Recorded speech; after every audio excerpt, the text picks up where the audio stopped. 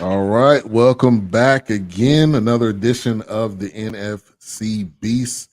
We got the crew back together again. We got Wise. Welcome back. What up? What up? We got Cool. We could go to Cool a lot tonight. He in Philly tonight. So you in the state? In the building, man. You in the state? Oh man, you should have told me. I would have went down to Philly. I forgot. We got SamShady in the building. How you doing? How's it going, man? All right. We got Martin Live Wire Sports in the building. Salute, guys. What's happening? All right. So week 8, man, the season's going by fast. That's the good and the bad about the NFL season. You can't wait for it to come, and then when it get here, it's just a blink, man. we in week 8. But we got a great show on tap for tonight. We'll be recapping week 7, talking about the upcoming games for tomorrow. We have some trades in the NFC East, and also the impact of one Taylor Heinicke, who should have been starting from the jump, which we'll get into that. We talked about that, yeah. We talked about that on the chat. Yeah. All right, so recapping week 7. Let me also say this: we're live on multiple platforms. So if you're on Facebook, go to the BS3 Network group. We're also live on the Couch Coach Live Facebook group page. We're also live on all of the YouTube channels: SamShady, Eagles Elite, Shady Sports Network, the Play Callers, BS3 Network, and also on Couch Coach on his Twitter. So you got multiple platforms to tune in. Definitely check us out. Leave a comment. Let us know how you're feeling about this upcoming week. So week 7 recap. We're going to go ahead and go right in order. So how are you feeling about week 7, Wise? Oh, come on now. We 6-1. You should be feeling good, yeah. Oh, we feeling real good. Listen, I'm not going to lie. I didn't expect us to be 6-1. I thought it was. I thought we was going in the right direction by bringing Brian Dable and Joe Shane in, but I'm excited, man. This defense is really good, and the offense is winning without any receivers. We're playing Giants football, basically. We're running the rock, and we're playing some good defense. Yeah, you're definitely right about that.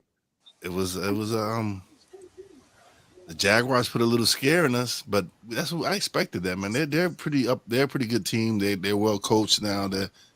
They have the foundation in place to be a pretty good team in the future. So it was a battle to the end. Yeah. They hung with you guys. Trevor Lawrence putting up 310 yards, no touchdowns, but I think that's gonna be the biggest thing for the Jaguars is can they build around him, Travis Etienne? Can they build a team? That's what they're doing basically from the ground up. So they can be able to do it. But yeah, another win. I'm not picking against the Giants. I don't care for the rest of the season. I'm not picking against the Giants. I learned my lesson, so I'm definitely gonna ride with y'all, man, because y'all been doing your thing. And shout out to Wink Martindale because that defense is a monster right now. Mm-hmm. Yeah, Definitely. There's that secondary. There's no real big name on there. You got Julian Love, you got McKinley, you got some plays on the secondary that really aren't household names. Mm-hmm. Now that front line, man, Dexter Lawrence is to me has been a monster this year. He's been one of the big reasons why that defense is as good as it is because he's just doing it all. He's stopping the run, sacking the quarterback. I still go back to the play when he ran down the quarterback earlier in the season. Danny Nichols is getting done. He's getting there. My man was NFC Player of the Week. Yeah. He had a big game, especially running the ball. He was out there running the ball like he was Josh Allen or somebody. But I've been saying this all along. He's athletic. He's athletic. He got some wheels. Yeah. We got the receipts. We know you've been Sneaky. saying it, sir. Nobody else has. Yeah, he's sneaky. He's sneaky with it. He definitely sneaky with it. All And right, then the resurgence Eagles. of and the resurgence of Saquon, I just can't say that's just You can't say enough about that. yeah. Definitely can't say enough about that. All right, Eagles with a bye last week. Y'all should still be feeling good. You're still undefeated.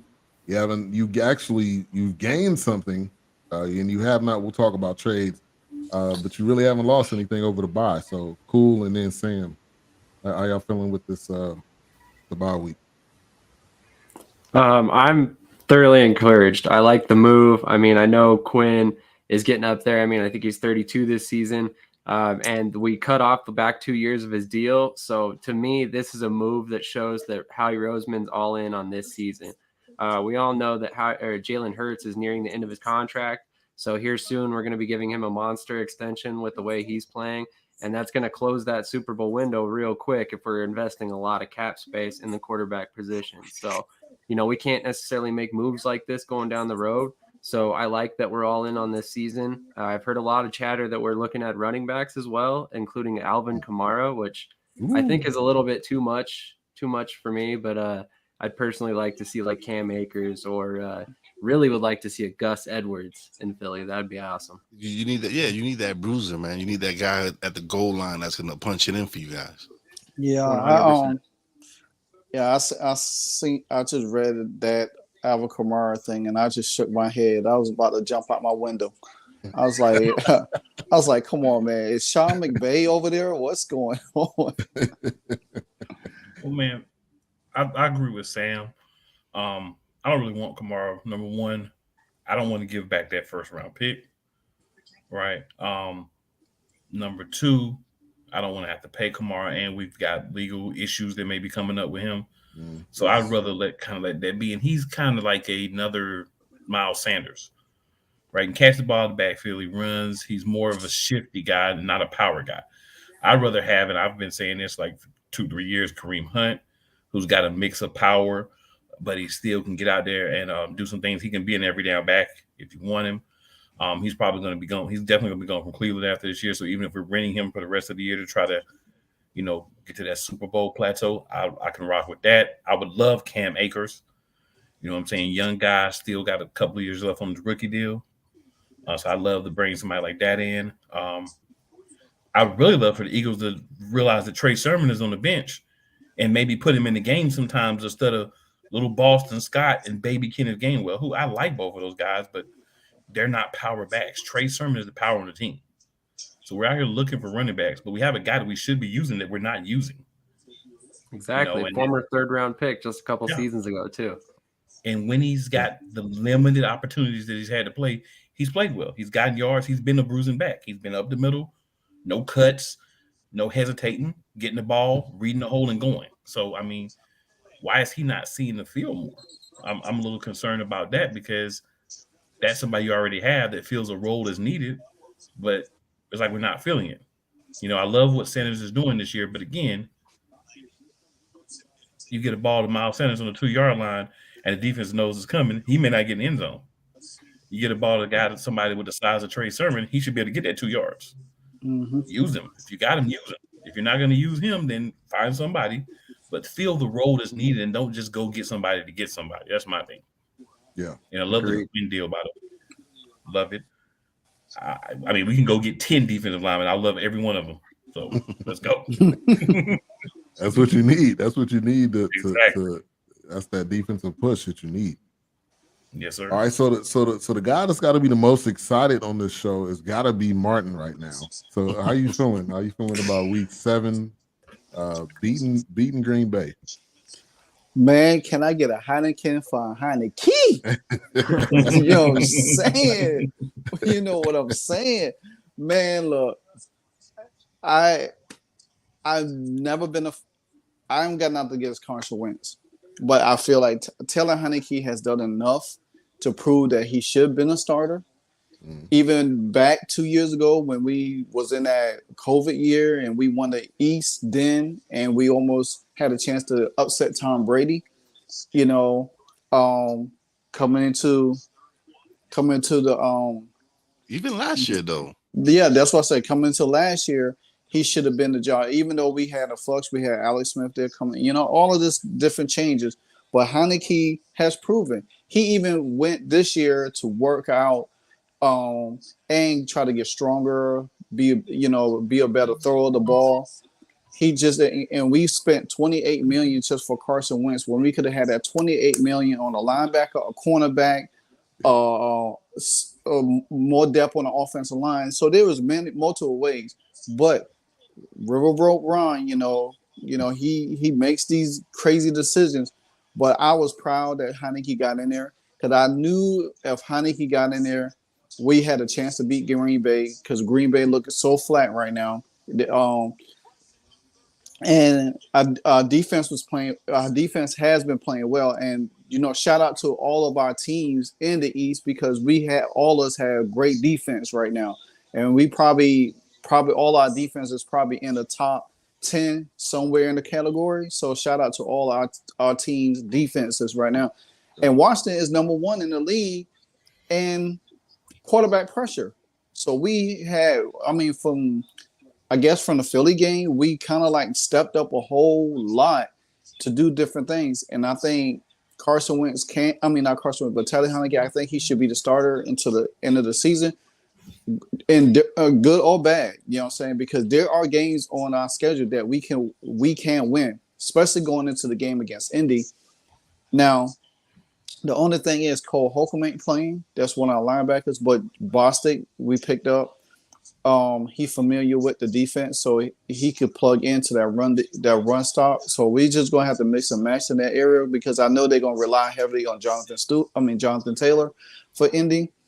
But man, Heinicke, he's gritty, he's tough, and he will run out the pocket. Yeah. That makes defense think a little bit differently how you deal with him, you know what I'm saying, than versus Wentz. And I think I'm sorry. Go ahead. And I think his teammates love him. I think his teammates want him on the field with them. Because it seems like when he's in the game, they come alive. They play much better when he's in the game compared to when Mr. Wentz was in the game and wasn't really doing anything. The vibe was so off. You could just see everybody looks like they just there for the moment. And as soon as Heinicke stepped on that field, man, everybody, Terry talking trash, getting in people's face, Chase on the sideline looked like he was ready to suit up, and everybody just played. Jonathan Allen loves him. They become almost like best friends now, so everybody has this thing for Heinicke. Go ahead. I said from the beginning of this season, the first episode of this show, before this show, if you start Carson Wentz, y'all were going to be in the cellar. If something happened, you got rid of him, and you played Taylor Heinicke, who the team loves, that you guys would be a much more formidable team. Mm-hmm. And that's what's happening. Carson Wentz is not the guy. As long as you had him, you weren't going to win a lot of games. No. Right? But when you replace him with somebody that has less skill, you know what I'm saying? What's going on, Snowman? But when you replace him with somebody that the locker room loves, that everybody wants to play for and play with, your team plays harder. He's an actual leader. Yeah. He has that intangible of leadership. Carson Wentz, I could tell you everything he said in every press conference, and I haven't watched one of them because it's been the same thing that I heard for years. It's my fault, something I'm going to have to work on. I'm going to be better at it next week. Definitely that's on me. I'm going to be better at it next week, blah, blah, blah, blah, blah, blah. And then the next week you come out and do the same thing. Yeah. And it's you're right. It's the same thing. And then you come out there ain't no changes, and there ain't nothing. The best highlight Carson Wentz had is that block. That's it. Yeah, you're right. That's the only highlight he had was that block. And so you saying he should be a fullback? No, he don't need to be nothing. That was just a one-time only. That was a one-time only thing. Man, let me tell you, if he had a chance to do that block again, he'll probably think twice about it. You know what I'm saying? Because Roquan Smith wasn't expecting it.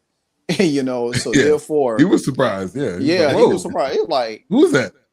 Carson, are you? I know, right? So he was on the ground surprised more than anything. And just our two-headed monster running back, AG and Brian Robinson coming back. That's another phenomenal story in itself. You know what I'm saying? Just to see him on the field, it's just this team has. I said it. That's like we have the depth at offense where we can compete. You know what I'm saying? It's just you got to put the right guy there to bring it out of them. And now you're seeing it.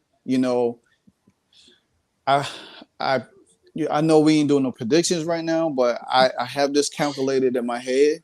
You know what I'm saying? Oh, somebody said Aaron Rodgers is trash. Facts. CJ always come in, man. Always come in. And his boy, CJ Wawiota, his boy Tom Brady. Oh yeah, Tom Brady, my boy too. But he playing trash too. I got to call it the way I see it. Somebody put a meme on Aaron Rodgers. When he got hit and his eyes looked like they were about to pop out of his head. So they put 3 quarterbacks around him that has like beat him and stuff. So, but I just think right now Washington is going in the right direction. I feel like Heinicke could run off 4 straight games before we play the Eagles again. Now that will be a different tale of itself because the Eagles is on a totally different game plan right now. So, but I take each week, and if we get keep winning and put ourselves at a good over 500, I'll be happy with it. It's games on. I mean, because this game's on the schedule that I feel like Heinicke he will make a difference along with the defense. So yeah. And I'll say this: at the end of the day, Taylor Heinicke has heart. That's it. That is it. He is not. Skills wise, you could say he may not be better on paper than Carson Wentz, but he got heart, man, and heart can get you. It's not a tangible thing. It's like momentum. Sometimes you can't. It's not tangible, but it shows. Sometimes your heart and drive outweighs the talent. Yeah, I agree. Truth. Facts. Saying. With that being said, sorry, go ahead. No, go ahead. Sam. I was curious. Do you guys think Carson Wentz ever starts again? I mean, for any team after this?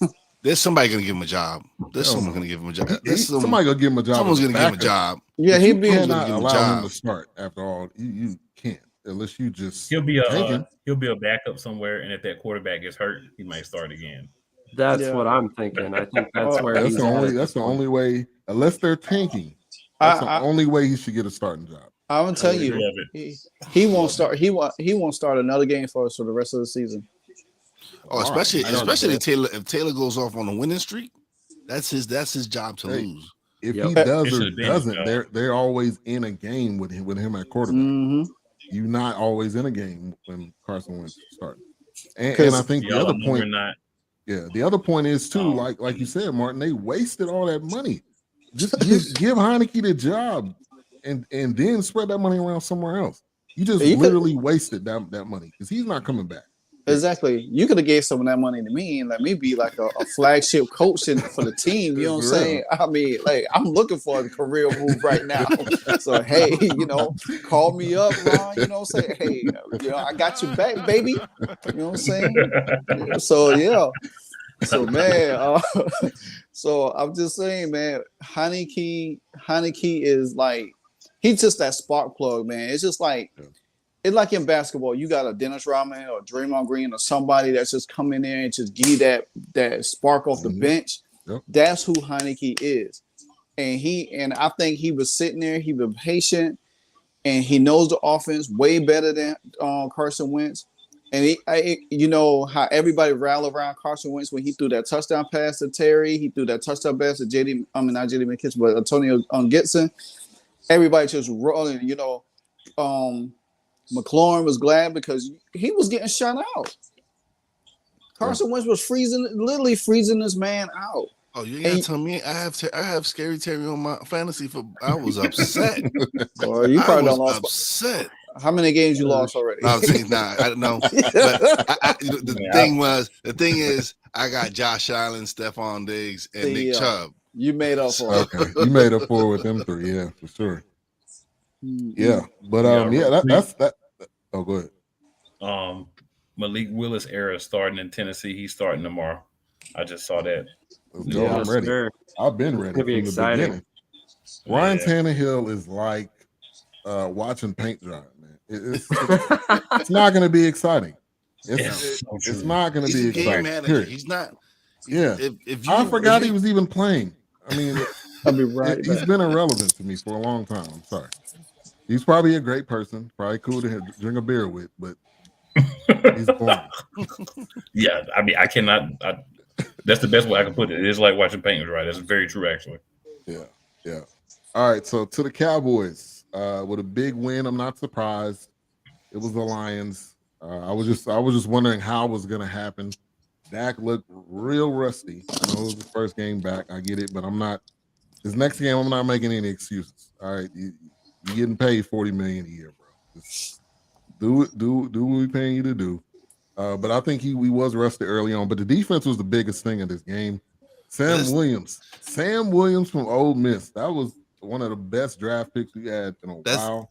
But that's been your MO years. That defense. Yeah. That defense has been what's been holding you.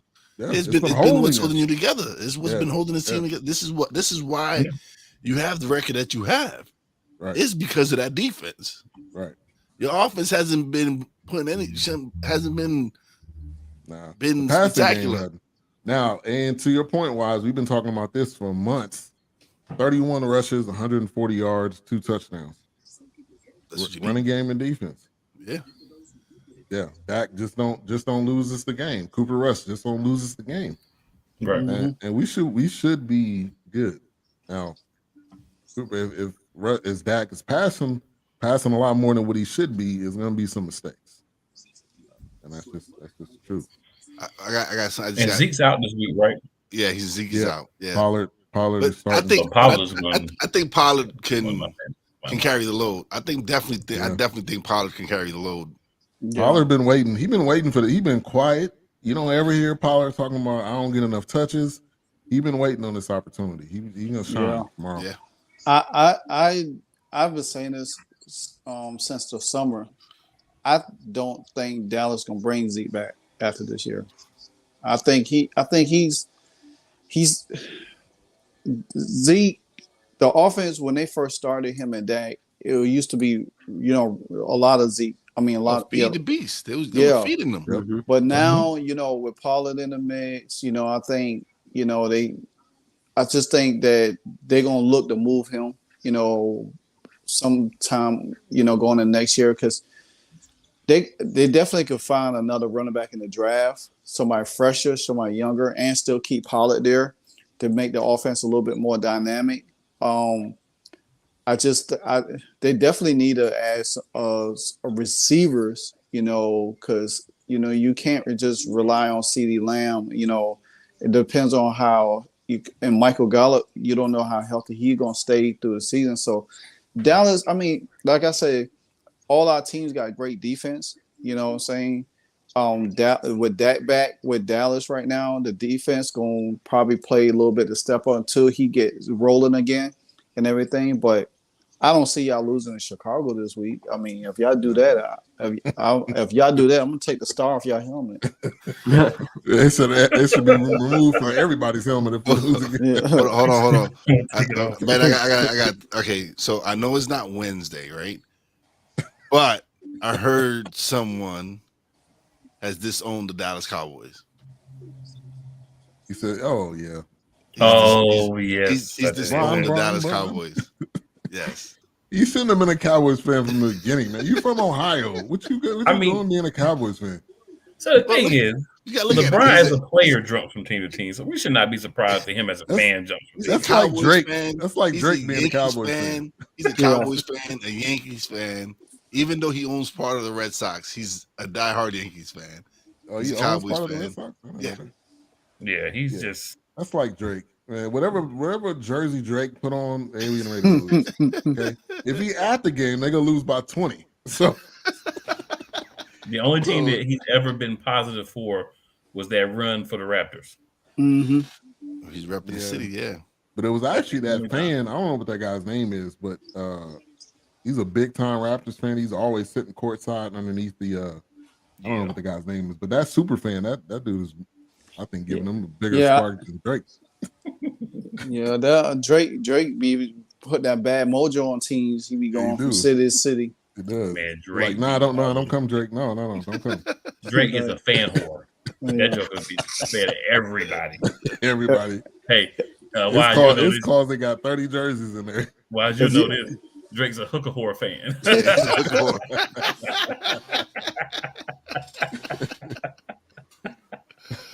Oh man, oh man. All right, let's get into these previews for these upcoming games. We're gonna go in order. So Giants at Seahawks. I like this matchup. I like what Geno's doing. I do like the Giants as well. Like I said, I'm gonna go ahead and pick Giants before anybody else says anything. But go ahead, Wise. I think we handle. I don't think Seattle's really played any defense like the Giants defense. I'm saying, but they lead the NFC West. They're playing well. Kenneth Walker's doing his thing. Tyler Lockett is doing his thing. They're gonna miss DK Metcalf. They're gonna miss him.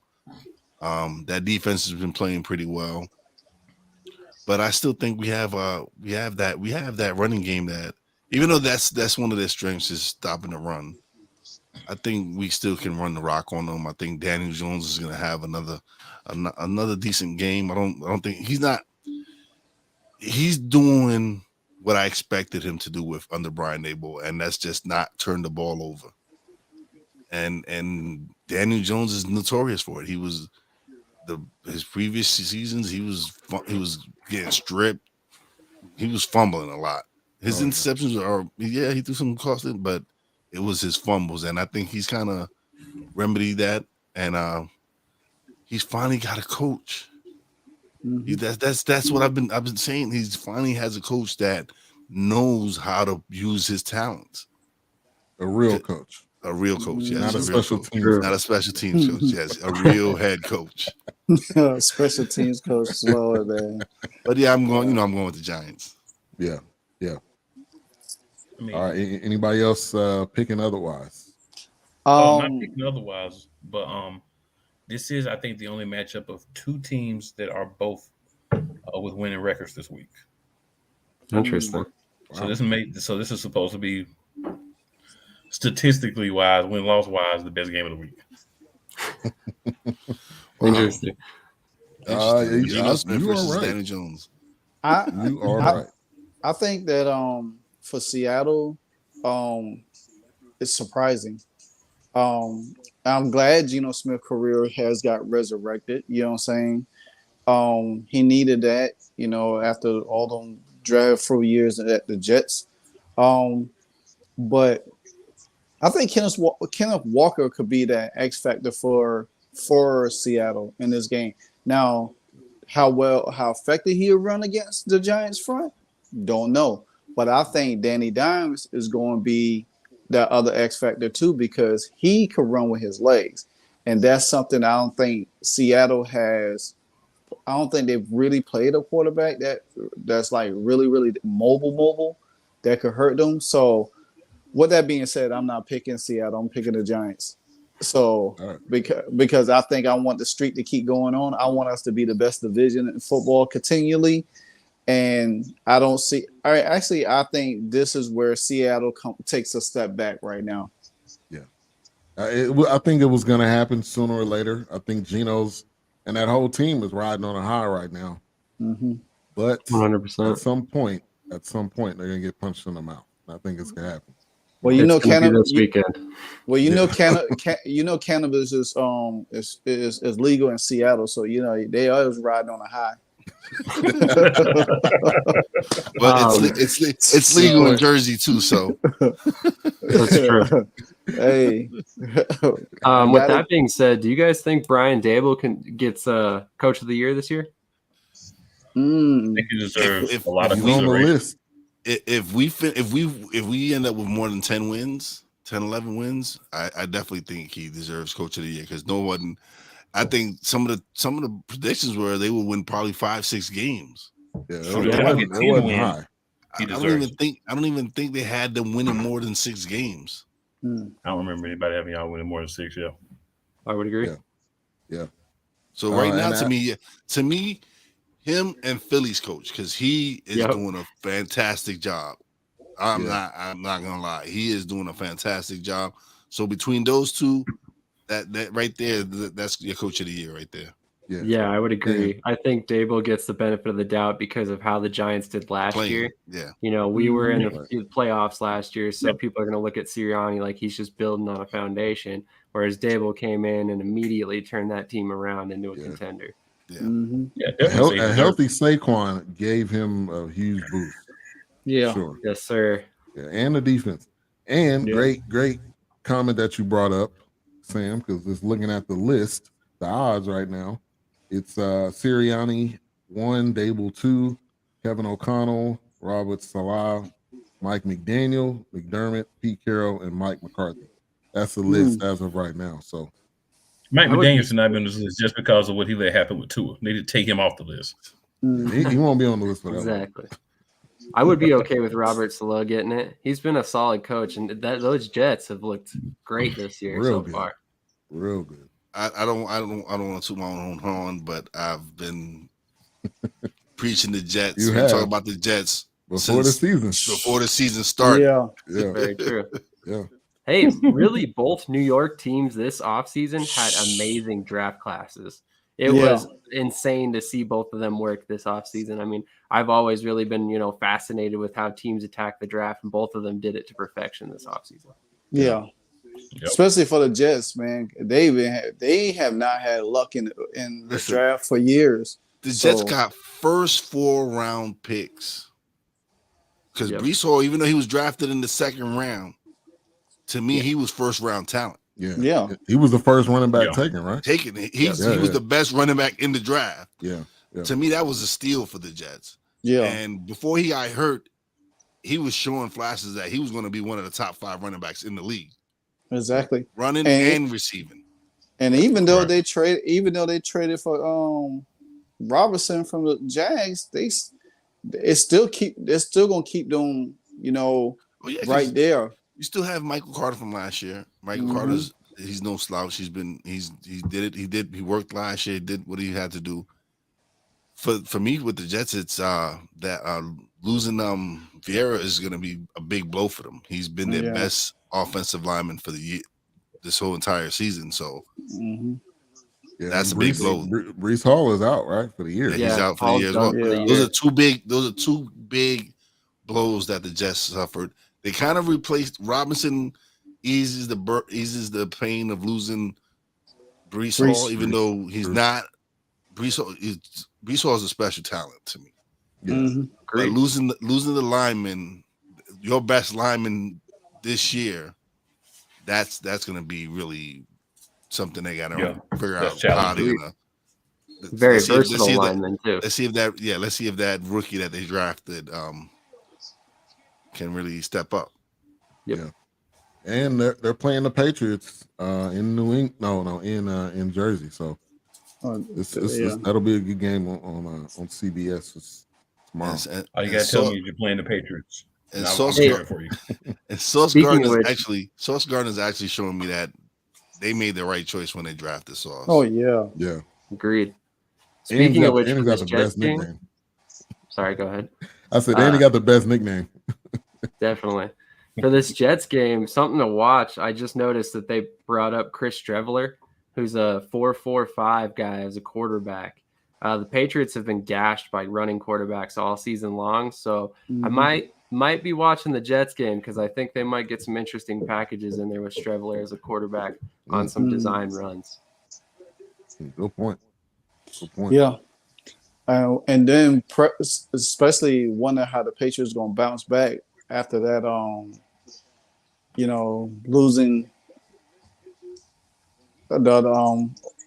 losing the other over the weekend, last week, even though Zappy came in and tried to get him a spark, but it wasn't enough.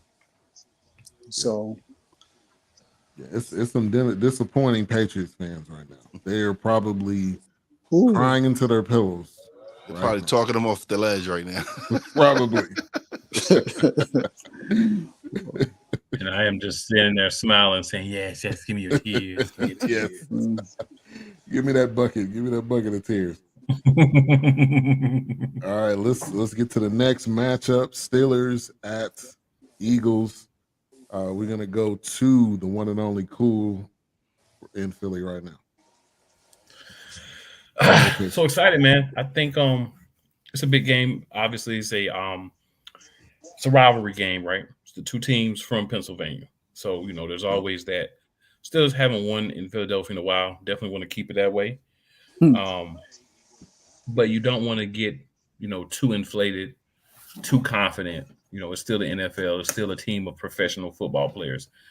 So, the biggest thing is we want to do what we've been doing. Come out in the first half, especially the second quarter when we turn into murderers and, build up as much of a lead as we can. What I'd like to see is more in the second quarter. The second half of the game. I'd like to see more consistency in the second half of continuing to play and not just let's protect the lead and wear down the clock. I want to see a little bit of let's continue to keep it going, even if it's just getting down and getting field goals and taking time off the clock. But we need to continually put points on the board whenever we have the ball. That's what I'm looking for, like the game within the game of, do we come out in the second half now? We've had to buy and play a better game of football. If we can do that, man, then we should win this game. But do not take Pittsburgh lightly. There's this big man in the backfield they have named Najee Harris. And you don't want to get him going. You don't want him to get going early. You don't want Claypool, who wants out, so he's going to be playing well to showcase his talents. He's actually been playing well the last couple of weeks. And then, Deontay Johnson, some different guys. So there's a lot of talent there for Pittsburgh. And it's just a matter for Philadelphia of playing your game, respecting the talent that they have, coming out with a good game plan. I am looking right at you, defensive coordinator Gannon, and just being aggressive and treating this like it's a game we're underdogs in. We're coming off the bye. Let's get this win and keep the thing going. Yeah, I've heard some people say it's a trap game, but I think people need to understand the definition of a trap game. So a trap game is normally like you have this one game where you're looking over that team to the next game. So if you want to tell me that the Philadelphia Eagles are overlooking the Pittsburgh Steelers for the Houston Texans, I am done talking football with Israel. But they might be overlooking the next two games. Now, they could be overlooking the next two. If you want to make that argument, I can respect that. But if you're telling me that we're overlooking the Steelers for the Houston Texans, I don't want to talk about you anymore. What's up, big Courtney? It was good, Courtney. He said the Eagles get another win. Appreciate you tuning in. I love to see it. And I think also it definitely is playing your game, and it's getting after Kenny Pickett. Dude's a rookie. He's gonna make some mistakes, and if like you said, cool. If you guys just play your game, this is not gonna be something to be 100% worried about. I think Tomlin is a smart coach. I think this particular team, though, is probably his biggest challenge that he's ever had, and I think it's showing on the field. Yeah, I would agree. Isn't this his first ever losing season so far? It's not over yet. Well, true, but I mean, 2-5 so far. It's not over. It's not looking good. It's not looking good. No, it's not looking good, but it's not over yet, man. We got a long way to go. Still got some time, man. Sam added the rest of the season on to him. I don't mean it like that. I'm just saying. I mean, it's a rough year. Turned to a rookie quarterback who's shown to be turnover prone. So I mean, unless that guy makes some strides quick, the season lose your best defensive player. lose TJ Watt. That was a big blow for them. True. To me, I want to see how the Eagles defense comes out the second half of the game. Saying because it seems that like I tend to like, you know what, we did what we did in the first half, and then like I get a little lackadaisical in the second half, and the Detroit game was a prime example. Yeah, you had it in hand, and then what Detroit do? They came back and almost beat you. Stole it. Yeah. I'm saying, and I think Tomlin's a hell of a coach that if you allow that to happen, they might just take this win. 100%. 100%. And I didn't mean to make it sound like I'm looking over the Steelers because I'm not. In fact, what I was trying to say is that Tomlin is such a good coach that he's been a head coach for like 15 seasons. And this is the first year he's ever had an under 500 record. So, I mean, like, that's insane. That's an insane run. So, I mean, I don't think we're definitely looking over these guys by any stretch. I mean, the Steelers are a great team, but I definitely think they can be had. Kenny Pickett has thrown multiple interceptions in every start so far. So if we get in his face like we should, I definitely think Slay and Bradbury and Maddox are going to eat this weekend. Yeah. I mean, the way y'all looked against my Cowboys, man, I was like, this is the best secondary in the league. The way I was just jumping routes. I mean, outsmarting the quarterback. Kenny Pickett can have a long day. I don't see him. I don't see him making strides in this game. Maybe next week. But I don't see him making no strides. Cool. Listen, go ahead. Oh, I'm about to say his stride about to be broke. Eagles are different from week one, says Courtney, and coming off a bye. Yeah, they could be hungry. Cool's been talking about Slay all year, man. Yeah, that's been Cool's guy right there. That's been Cool's guy right there. Slay, Darius Slay's been his dude all year. Yeah. I just want to say one thing though. Darius Slay wouldn't be doing what he's doing right now if it wasn't for CJ Gardner-Johnson and Marcus Epps at the post. I'm just saying that right now because he knows he's got that safety deep, so he can jump that route and get beat occasionally. Yeah. And you will not get an argument from me on that one, sir. And Eagles got Bradbury over there too. Absolutely. Yeah. And that helps as well. Bradbury is actually ranked. Yeah, Bradbury is actually ranked as the top corner, and then Slay is 2 right now. I'd be curious to see those metrics, but yeah, definitely.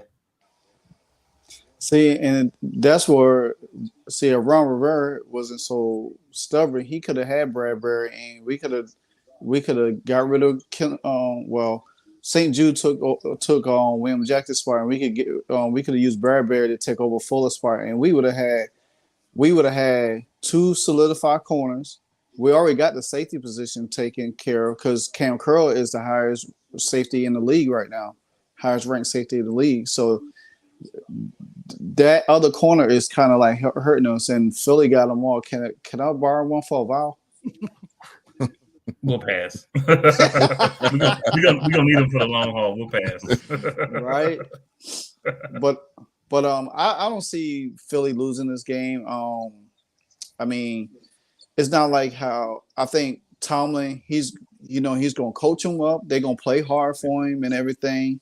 But this is NFL. Anything can happen. I remember a couple of seasons ago, Pittsburgh was 7-0. They was undefeated until they ran into my Washington squad and we knocked them off. I don't see that happening in Pittsburgh, knocking off Philadelphia. I mean, it's Kenny Pickett gonna have to play like lights out.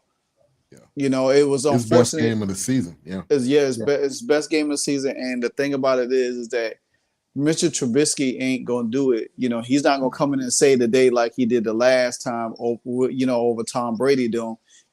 So I don't see the Eagles losing. I think it'll be another win. But definitely, y'all hit on a lot. Philadelphia definitely gonna have to come on in third and just put more points on the board and show that they could sustain that, because even against us, they was beating us down, sacking us all over the place. They took the brakes off. They didn't score in the second half. They only had 24 points throughout the whole game. Now, that's something that could be kind of concerning, especially when you go down in the playoff and you gonna have to play your best ball then. So, but go ahead. No, go ahead. You good? Cool's been saying it all year. He says we take our foot off their necks once the second half starts. Yep. He says we start off like choking them out, Mm-hmm. and then once third, fourth quarter comes, we ease off. We ease off their neck. Up. Yeah. And Cool's been saying it all. He's been saying it since week one. He's been saying it. I gotta give Cool his props. He's been saying, he's like, yo, we're not playing with that killer instinct where we just need to choke them out. You gotta do like Busta Rhymes, man. You gotta break their necks. Yeah. Courtney says 27-14. Shout out to 1A Latina and Cali. Thank you for tuning in. Appreciate you sharing. Appreciate you dropping in. Awesome. Yeah, we appreciate that support. She's a big supporter of Snowman in the morning as well. Yeah, so, okay, that's why I've seen that name. And she does hop on Eagles Elite as well. So she hops on my stuff as well. She that's what's up. Appreciate the love. Yeah, she's one. She definitely follows everybody who's a part of Snowman in the morning. She definitely supports people. So yeah, we gotta give nothing but love. Thank you, Latina. Appreciate it. Appreciate it. All right, Bears at Cowboys on tomorrow. Looking forward to this one. We really gotta. We ain't got to talk too much about it. The one thing I will say is we have a problem with running quarterbacks. I think I said this before, and that's really all Justin Fields can do. I mean, him trying to actually have time in the pocket is not gonna happen. No. So Parsons is gonna be on him all night. We're gonna see a good dose of Sam Williams. He got a taste of blood, so he could be back and ready to go. I'm looking forward to Tony Pollard tomorrow. I think I'm happy for him to get this opportunity. I don't like the circumstance, but God doesn't talk or complain, and for him to get this opportunity tomorrow, I'm looking forward to him having a good game. No, he's just someone he's someone who just comes and play. Yeah, he comes put and his play. head down. He doesn't come in bitch about I'm not getting enough carries. I need 20 plus carries. Nah, he's there. He's like, yo, I'm gonna do what I need to do to help this team win. Yeah. And if that means I got to split reps with Zeke, which has been great because they've been a double head, like they've been that double-headed monster where they just you think you got one, and then next you know they change it up and give you Zeke. He's coming through and just pounding on you. Then know what? Let's give it to Pollard, and he's that lightning. It's thunder and lightning. Yeah, They're almost close in rushing yards with Zeke at 443, Tony Pollard at 375. And he's got 4 big runs to Zeke's 1. I think Zeke is now a in between runner at this point. I don't think we're gonna see a lot of long runs from him. But Tony Pollard's gonna get that to you. He's like I said, he's that running back where he's gonna be pounding you in the middle. Right. Whereas Pollard, he can take the outside and he's much more shifty. He's definitely quicker. Acceleration so better. Yeah. I like Pollard because he's so dangerous as a pass catcher also. And it's just like you said, his shiftiness. Now the thing about it is, will Dak try to throw the ball more times than they run the ball? It's not Dak. It's McCarthy. If McCarthy sticks to what he's been doing, which is running the rock, and that's what me and Ben since the beginning of the year, been talking about this. That we saying Mike McCarthy can't get pass happy. Yeah. He needs to stick to what's working right now, and that's it's running the running the rock, and that opens up for play action passing for. McCarthy might buy some more time in Dallas if he keeps on doing what he's doing. Yeah, because he not in Green Bay. It's not like you got Aaron Rodgers where you could just throw 80 times, almost 80 times a game and not run the ball. You got to have that balance, and Dallas is a balanced team. D, you have to pick and choose your spots when you playing teams. Because trust me, going against this Bears team, the way they played the other night, and they coming off. The way they select the Patriots and they coming off, they gonna come in there with a lot of confidence. You know, Justin Fields seemed like he couldn't like turning the corner. I mean, not Justin Fields. Justin Fields. He could look like he turning the corner. So Dak them going to just have to take what they're giving and just be and protect the ball a little bit more. And if you have to rely on Tony Pollard to do a lot more, then do it. You know, he's capable. He's a phenomenal talent. You know, so. Yeah. Oh, is y'all tight end back? Schultz. Yeah, so I like. I don't believe so. Yeah, I like Schultz too. I think he is going to be out this game. Let me go to the. I believe he's still hurt. We were talking about that for fantasy implications. 4 weeks or so. Yeah, he's questionable. He did have a knee. He has been battling that injury. Noah Brown's questionable. They said Mike is questionable, but he's playing. If he can breathe, Mike is one of them guys that's gonna be out there. Yeah, they got to carry Mike off. Man, look at here. Like Mr. T on the airplane, give him some smelling salts and get him down the field. I know, right? If Micah plays, man, Justin Fields might as well go ahead and you know, use one of them Acme kits, you know, like the Road Runner, and get ready to start running because boy, Michael gonna be chasing. A long day. It's gonna be a long day for them. And I can vouch for that, man. He was all over Daniel Jones. Yeah, he was all over that Giants line that game, man. He's the best linebacker in football right now to me. Yeah, he definitely is. Yeah, and my eyes tomorrow is going to be on Dak, second game back, and then is he going to be able to get it to the wide receivers? You know, CD looked real quiet last week. I think he got one pass to not Pollard, to Gallup. So I'm going to be watching that offense closely. The defense I'm not worried about, but I think Cowboys going to get a win. I go with the Cowboys. Yeah. I'm going to say the Cowboys, but I think it's going to be a closer game than most people expect. I mean, the Eagles basically wrote the blueprint on how to beat the Cowboys defense. If Justin Fields and the Bears are paying attention, it might be a longer day for that Cowboys defense than people think. We'll see. I hope you're wrong, but we'll see. You're not wrong often, Sam. So I think the defense that Dallas has is going to be able to minimize a lot of what Chicago wants to do offensively. I also do think if they had a little bit more talent defensively, they may be able to use, like Sam is saying, the game plan that the Eagles kind of use. But I just feel like they're not quite there yet. But they may be able to keep it close. I can agree with that. Yeah, definitely. Yeah. All right, we got Commanders at Colts with Sam Ehlinger, former UT quarterback, starting for the Colts from here on. I thought that was wild that he said Matt Ryan is not starting at all for the rest of the year. At week 8. Matt Ryan has looked like complete garbage. Yes, I thought Carson Wentz looking bad. Matt Ryan has been playing bad. Matt Ryan looks 75. Yes, he does. That's what he looks. 75. Indianapolis is a death toll for quarterbacks. I thought like it.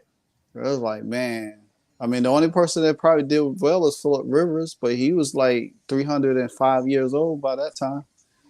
So, I think, the Sam guy, I really wasn't expecting that, but I will tell you what I am expecting, a storyline from hell, because Jim Irsay, his comments a week ago, Daniel Snyder, they don't like each other, and you know, good thing Carson Wentz ain't starting for us, so I don't have to worry about that other storyline right there, because Jim Irsay, and they've been talking to him over the weekend, and he stood by his comments, and he said what he said. He's like, yeah, he do agree there's merit to get, you know, Snyder out of there, and you think tomorrow he ain't gonna be running his mouth, and even though it's a game gonna be on the field, now the way the Commanders can silence that is come away with a win.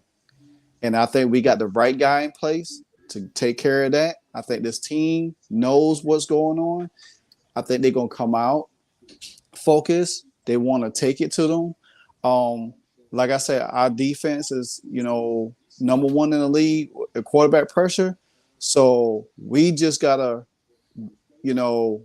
contain the run a little bit more. I mean, we did a phenomenal job against Derrick Henry.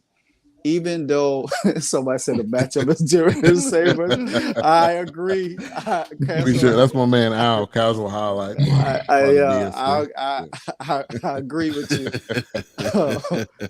I think So I think if we play well against a Derrick Henry and just gave up an even 100 yards, I think we should be really good. I think even though Cole Holcomb is not there, he's our leading tackler. I think John Bostic could come in and plug in to be a great run stopper. He played good against the run last year and everything. I think the offense should be very dynamic, not start off slow, come out fast, come out hot. I mean, just take it to them, and let our defense play downhill. Lo and behold, if Kendall Fuller give up a touchdown this week, I will leave here, miss work on Monday, and fly straight to Indianapolis and take his jersey off, because this dude, he will play good throughout the whole game. And then just that one moment, and I'm telling you, Green Bay, without the Taylor Heinicke interception for a touchdown and that wheel route touchdown that Kendall Fuller gave up, Green Bay wouldn't even score number 7 points last week. So we took the momentum from them in the second half. I think we should do that in the first half, and then just continue to, manage the game, but put points on the board as we see fit, and let Terry eat. You know what I'm saying? So, I'm predicting a win. I ain't predicting nothing less. Now that my boy Heinicke is in the game, you know what I'm saying? So. Yeah, man. I agree. Heinicke, we've been pretty much talking about it all night. The impact that he's had on this team is that spark that they needed. And I think Brian Robinson, too, is another spark, is another momentum thing that you like, man, see this guy come back. I got to play for this guy. Like, who would I be to not come out here and play for him? And you got that spark in him. So, and to me, he should have been started from day one. He just, to me, it seems like he has better control of that locker room. He has better control of that offense. Those plays on offense really truly do respect him. They know what he's capable of, and they have faith in him. And you can see it's a team. You can see how they rally around him. Right. Compared to where when they had Wentz in there. You see how this team rallies around him. They love playing with him. And to me, he's important. He needs to start for the rest of the season. He needs this. If he leads them to a winning record, but to this end of the season, they need to make him their starting quarter that needs to be their franchise quarterback right there. Yeah, I agree. I agree with you, Wise. Totally, because I think he has everything that you want in a quarterback. Yeah, okay, great. His arm ain't strong as they're strong. Drew Brees' arm wasn't as strong, but he was efficient. If you could get Taylor Heinicke to be efficient the way you need a quarterback to be, then you could win games with him. You could. We don't know where Taylor Heinicke could take this team. Even though we got Sam Howell back there, but the thing about it is he ain't ready. You got that's just messing up the game, man. Yeah, because they're like, oh, we need this big arm quarterback.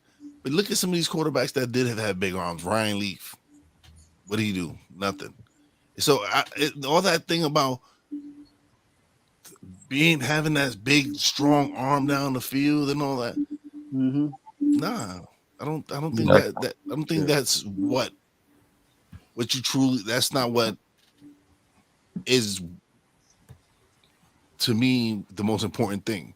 Yeah. That doesn't automatically equal a formula. It doesn't. I need a quarterback that's a winner, that knows that I'm going in there, and I know I don't, as long as I don't cause turnovers or whatever it is,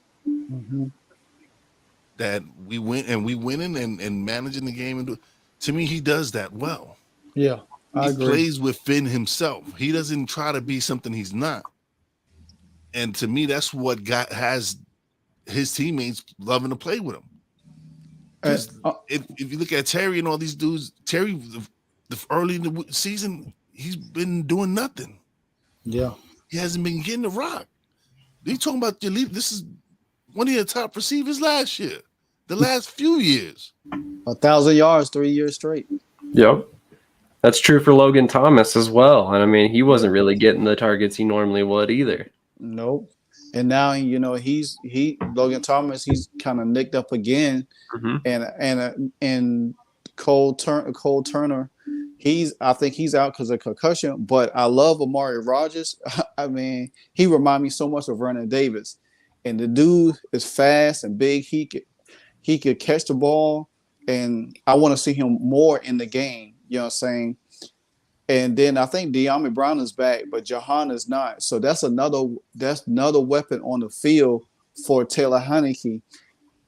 I keep telling people, I was like, the way they built this offense, they kind of built it for Carson Wentz, but Taylor Heinicke, this offense is made for him because he could get the ball to his playmakers. He could use his legs. You got two dynamic. Matter of fact, you got three dynamic running backs back there. McKissick, you know, he might not get as much touches now because of the Brian Robinson, but then I think they just pulled back up that fullback that they had last week to plug in to run, help block a little bit more.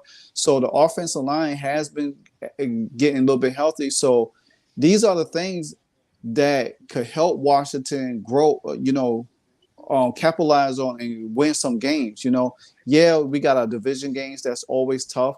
But the games that I expect for them to win, like this Indy game, even the Minnesota game, I expect them to win, and the Falcons game. If we could roll off them games before Philadelphia, then we talk about a whole new ball game. It ain't no more talk about no Carson Wentz. Matter of fact, just cut him, let him go on about his business. You know what I'm saying?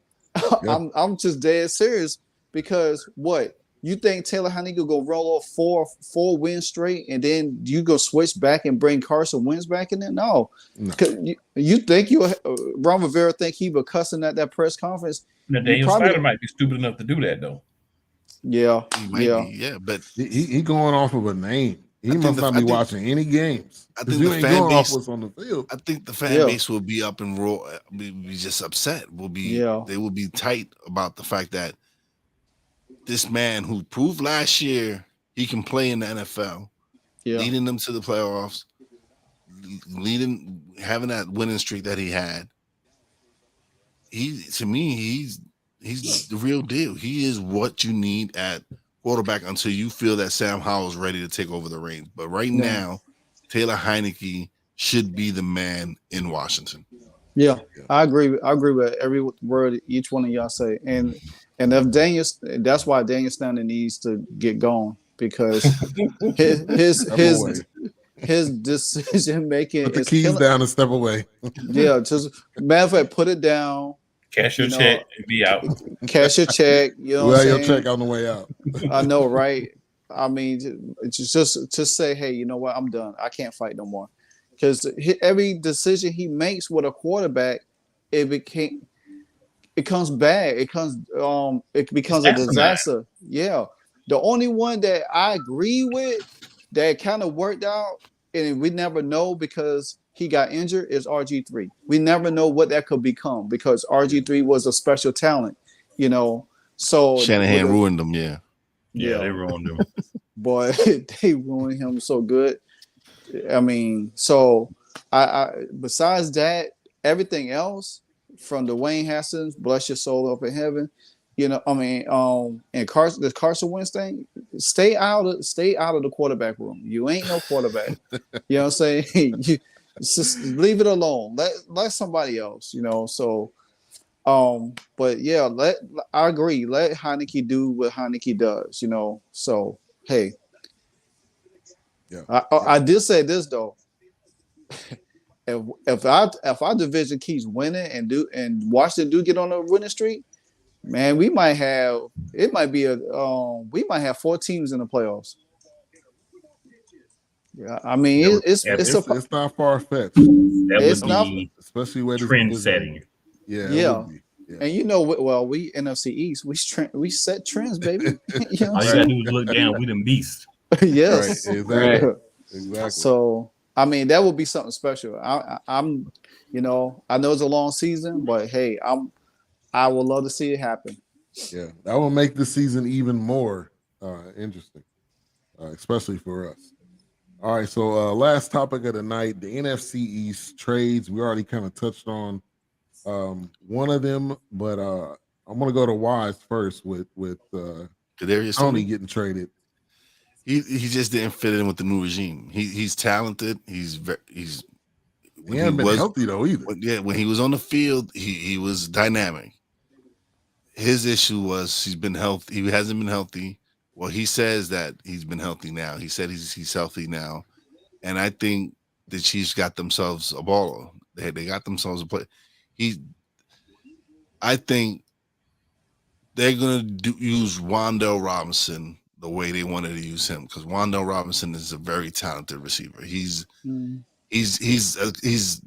a clone of Kadarius Toney in a way. But they already have who they need. Yeah, but Wan'Dale came back, scored a touchdown his first week back.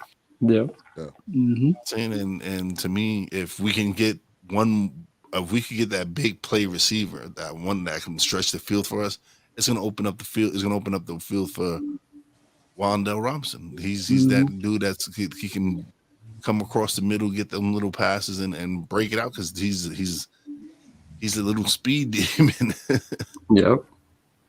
Yeah, you hit the nail on the head, Wes. I think the second they drafted Wan'Dale Robinson, the writing was on the wall for Kadarius Toney. Actually, I was kind of surprised that the Chiefs gave up what they did. Wasn't it a third and a fifth? Yeah. A conditional third round pick. I think that's a good trade for the Giants. I mean, we heard all off season that Toney was eventually going to be gone, and he was, but I didn't expect him to get that much for him. So I think it was a solid move on both sides. Yeah. And I think for the Chiefs, they're looking for depth. They know they're going to be 9 times out of 10 in the playoffs. They know that. So they're looking for depth. That was obviously a depth move for them. But I think it was. I think they're trying to find that element they're missing with Tyreek Hill. And to me, if Toney's healthy, he gives them that dynamic receiver where you can dump it off to him and he can make things happen. He can be that Tyreek Hill that they're trying to replace. Yeah. So I think it's a win-win situation for both of them. I like that Paseo guy. He got some speed. They got McKinnon. They got a little bit of speed. Yeah. But I don't know if you ever really be able to replace Tyreek Hill. But yeah, of course. Toney, you can maybe get close if as long as he helps you. Yeah. Like you say, I like Kadarius Toney. I thought he, was a great, not great, but a good wide receiver. But injuries do take a part of everything. But I just didn't expect the trade to Kansas City. If a team that I was probably thinking of probably would have been on Baltimore. That always need wide receiver help. The thing with Baltimore is, how can I put this? You're not gonna get Lamar Thomas doesn't. I mean, he doesn't. Lamar doesn't throw the ball. He throws the ball, but he throws it to Mark Andrews. Yes, he does. But this past week, Mark Andrews was hurt, so he actually started seeing everybody else. Yeah. You guys see Deshaun Jackson's in Baltimore now? Yes, he is. That was very interesting. I thought he was going to retire. Yeah. Yeah. Now I thought the Chiefs were going to go after, because I heard there was a podcast with who was it? I don't know if it wasn't Kelsey. It was the guy that does wrestling and he was a punter, McAfee. McAfee. I think McAfee was saying that they were going to go after OBJ because they were clearing cap space. Now I don't know if that's still a thing, but if you got Toney, I don't know, you want to bring in OBJ too. That to me that seems too cluttered. But OBJ is going to end up somewhere because I think his injury, he's supposed to be completely healed. I think November, December, around that time. So that's what I thought they would have done. I still say that OBJ ends up in Tampa. He has a closer relationship with Tom Brady. Yeah. But that's not the issue in Tampa Bay. You got Mike Evans, you got Chris Godwin. Yeah. I'm saying you missing Gronk, you missing that safety blanket. Yeah. Yeah, but I think that tight end Gronk gave Tom Brady that safety blanket when nobody else could. And Brady just hurt like every week. Yeah. And he's ready to hit the crates. So but it's gonna be interesting because the Rams still holding out for him, but I mean they could be in the bottom of the barrel this week too, because if they lose to the 49ers, that's twice, and they could be 3-5. I mean, it's just the landscape of the NFC. It could be changing like right in front of our eyes right now, in a whole different direction that we didn't even expect it to be this season. So, but that trade from the Giants to Kansas City, I don't know. I just don't want Kansas City to continue to get rich. I don't know. It's just something about them I don't like, man. They will though. They got Mahomes, man. People. It's gonna be like the Warriors of the NFL. People gonna want to come there. Now I'm waiting for the Bills to make a move around trade deadline because I'm sure they're gonna have something up. Oh, they need running back help. Their passing game is fine. They just need that running back help because. What if they were to go get like Kamara or Hunt? Oh my God! See, you just took the words right out of my mouth. If they go out and get Alvin Kamara, that offense is gonna be sick. That offense. If it's between us and them to get Kamara, how we go ahead and get Kamara? Don't let him go over there. Yeah. Okay, you have a good point. Yeah, just stick him on the bench or something. IR, I don't even care as long as put him in wide receiver. Yeah, he got a broken toenail today. He's not gonna be in, but we put him on the IR for all types of various reasons. But we already kind of touched on Robert Quinn, which I think that was a big pickup for them. Definitely, he had 11.5 sacks 2 years ago. Now was that 2 years ago or last year? I looked it up earlier this week, but he's gonna be a great pickup. And the fact that I don't remember who that was crying, but when he found out that they traded Robert Quinn and he was crying, to me that shows the impact is not just on the field; it's off the field too. So Robert Quinn's a good pickup. He played here in Dallas. That was the guy that held out. What's his name? Roquan Smith. Yeah, that was Roquan Smith. Yeah. So. Yeah, I wanted the Commanders to get Roquan. I really wanted him to come to us. We need that boss of a linebacker. That's what we need. We need a boss. About to get him up. Yeah, I get him Chase, Daniel Snyder, Tanya Snyder. His wife too. The Snyder family. Everybody I can think of for Roquan. Wentz can play fullback for him. Yeah.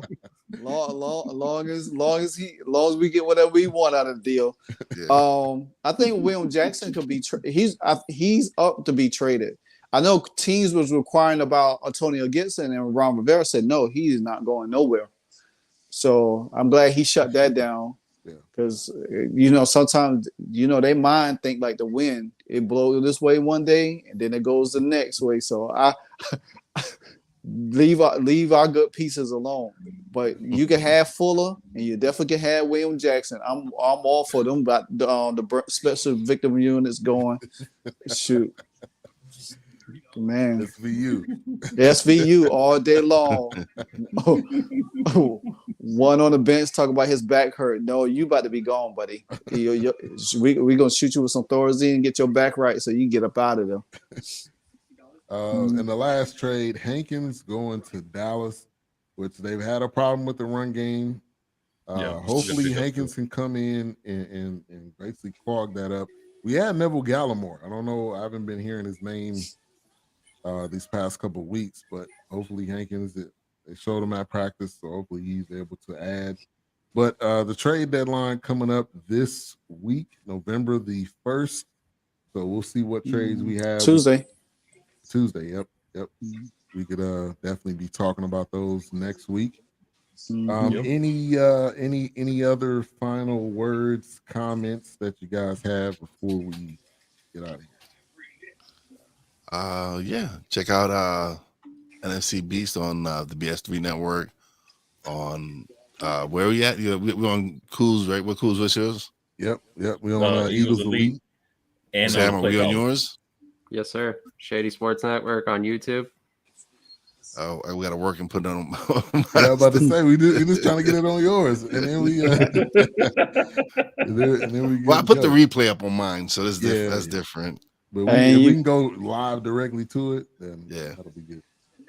We can add yours too. Your YouTube Livewire if you want. Oh yeah, Livewire Sports and Entertainment. You know, I have a Monday, Tuesday, and Wednesday, and a Friday show. My Friday show hasn't kicked off yet. I've been kind of a little bit too busy. So my Monday show is Washington Commanders, the Aftermath. Tuesday show, Kings on the Daily, and NFC East Roundtable on Wednesday. So yeah, you can find me all through the web. I'm all over the place. So most definitely, and here now, the NFC Beast. So yeah, sure. Appreciate you coming on. Yeah, with my new family members. Yeah. We fam now. We got a group chat, so we fam forever. Oh yeah, definitely. But before Sam, I'm gonna go to you. What you got coming up? But Chris Mason, thank you for tuning in. You said Lions defense gave it to Dallas. I'm not gonna deny that they did get real physical. That's one thing about Dan Campbell is that he's gonna coach his guys to be physical. They're gonna play hard. Now they may lose, but they're gonna play hard. So I think that's one thing that they have not had. I don't know really since maybe Caldwell days, but so yeah. But go ahead, Sam. Actually, tune in tomorrow night. I got a fan control football player coming on. I bet him about the Dallas game, so he'll be coming on to sing the Eagles fight song. So that should be quite interesting.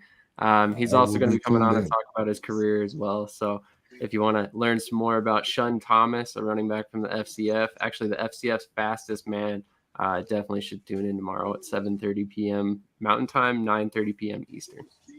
Okay. Wow. I'll definitely be tuned in for that. And then cool.